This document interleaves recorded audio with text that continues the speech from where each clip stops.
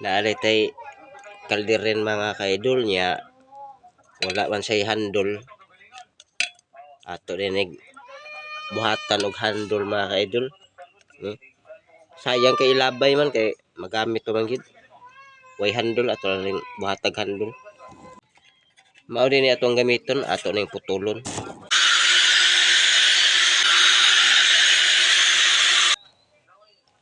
Mao din ni atong bangagan dai. May atong butang dito.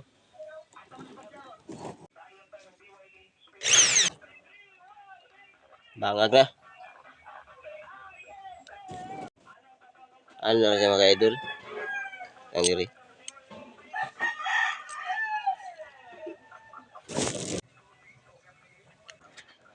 Ato po ni siyang bangagan diri nga say.